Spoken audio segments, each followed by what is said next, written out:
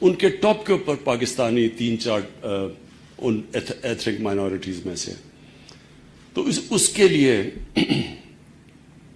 لیے یہ ایک بہت بڑا سٹارٹ ہے. آج یہ جو فوکشلے، اس کو ذرا لوگوں کو یوز ٹو ہونا پڑے گا، فوکشلے، لیکن یہ بڑی ٹاپ ان کی انجینئرنگ یونیورسٹیز ہیں، انسٹیٹیوٹس ہیں آسٹریا میں. ان کے ساتھ اور چائنا کے ساتھ، اور ہمیں بہت بڑی ایڈوانٹیج ہے کہ چائنا کے ساتھ ہم سی پیک میں بالکل اب سیکنڈ فیزز میں جانے لگے. پہلے تو کنیکٹیوٹی تھی، سڑکیں تھیں اور پاور اسٹیشنز تھے. اب ہم اس کو اسپیشل اکنامک زونز، وہ جو بھی ابھی ہم نے رشاکئی میں جو بھی کے پی میں شروع کی ہے، تو وہ شروعات ہے. تو اب انڈسٹری کے اندر بھی ان کی انڈسٹریل ریلوکیشن، ٹیکنیکل ہیلپ، وہ بھی ہمیں چاہیے ہوگی. لیکن سب سے زیادہ ہمیں ادھر ان کی مدد چاہیے. جو نئی ٹیکنالوجیز ہیں، آرٹیفیشل انٹیلیجنس، بگ ڈیٹا، یہ نئی چیزیں آ رہی ہیں دنیا میں، اس کے اندر ہمیں ان کی مدد چاہیے. اور یہاں جو کولیبریشن کیا ان کے ساتھ 5 چائنیز یونیورسٹیز اور 3 آسٹرین. یہ آسٹریا دنیا میں مانے جاتا ہے انجینئرنگ کے اندر، اور چائنا ساری ان ٹیکنالوجیز پہ اوپر جا رہا ہے. تو یہ ایک بہت بڑی، ایک پاکستان کے لیے، پختونخوا کے لیے نہیں، یہ ہری پور کے لیے نہیں، یہ پاکستان کے لیے ایک بہت بڑا step in the right direction ہے. ڈاکٹر صاحب، میری آپ یہ ٹھیک کہتے ہیں کہ ہمارا یہ جو 2 سال گزرے ہیں جب سے ہماری گورنمنٹ پاور میں آئی، تو اتنا توجہ ہم تعلیم پہ نہیں دے سکے، کیونکہ ایک سروائیول کی گیم تھی. ایک ہم اپنی اکانومی سٹیبلائز کر رہے تھے. پہلا سال تو وہی گزر گیا اپنی اکانومی کو سٹیبلائز کرنے میں. دوسرا سال شروع ہونے لگا تو یہ کووڈ آ گئی. اللہ کا شکر ہے کہ ہم وہ ملک ہیں جو کہ سب سے بہتر یہ جو کرونا کی وائرس کے مشکل وقت سے نکلے ہیں. اور اب جو میری کوشش یہ ہے کہ ہم نے اب ایک قوم نے یہ فیصلہ کرنا ہے کہ جدھر سے بھی ہمیں پیسہ بچے ہم نے وہ تعلیم کے اوپر ڈالنا ہے. اور میری جو سب سے پہلا اب یہ ہے کہ ہمارے پاس ایک ہے ایسٹ ریکوری یونٹ، یعنی جو بھی ہم کرپٹ لوگوں کی پیسہ ریکور کرتے ہیں، میں سوچ رہا ہوں کہ قانون پاس کر کے وہ سارا جو پیسہ ہے وہ سب تعلیم کی طرف ڈائریکٹ کر دیں.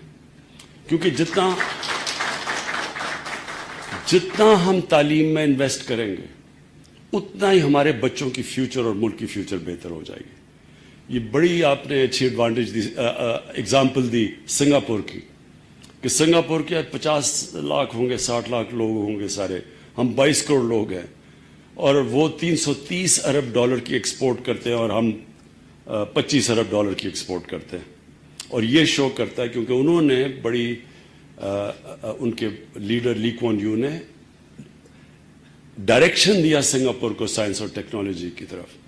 اور جس طرح مہاتر محمد نے، انہوں نے الیکٹرانکس کی طرف اپنی ڈائریکٹ کیا. پہلے تو ان کے بھی ربر اور ٹن کی ایکسپورٹس تھیں، اور انہوں نے پورا پلان کر کے پہلے اسمبلی پلانٹس بنائے، پھر الیکٹرانکس کو اسمبلی پلانٹس کاٹیج انڈسٹری بنایا پہلے، کہ گھروں میں لوگوں نے اسمبلی الیکٹرانکس کی شروع کی، اور پھر دیکھتے دیکھتے 80 ارب ڈالر کی انہوں نے ایکسپورٹ شروع کر دی.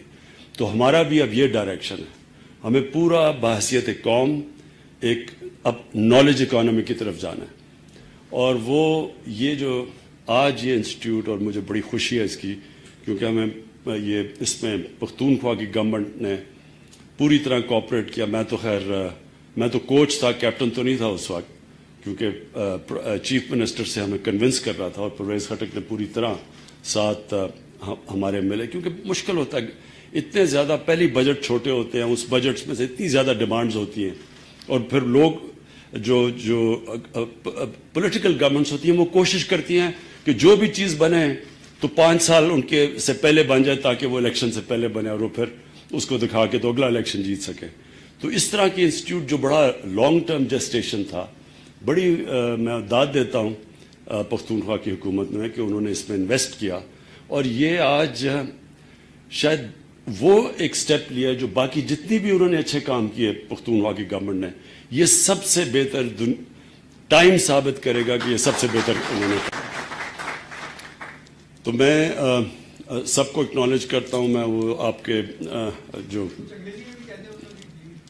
وہ مجھے نظر ہی نہیں آ رہا تو میں انہوں نے کیا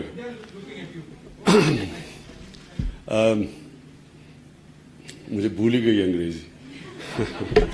I want to take this opportunity to thank people sitting in China and in Austria. I want to thank them for the cooperation and the way they have helped us in setting up this institute and for future cooperation. So I want to thank you, and from our side, from the Pakistani, from me as the Prime Minister and my country, we want to welcome you to Pakistan. Whenever you have time, please come over. You will be our honored guests. Thank you. Okay, ji.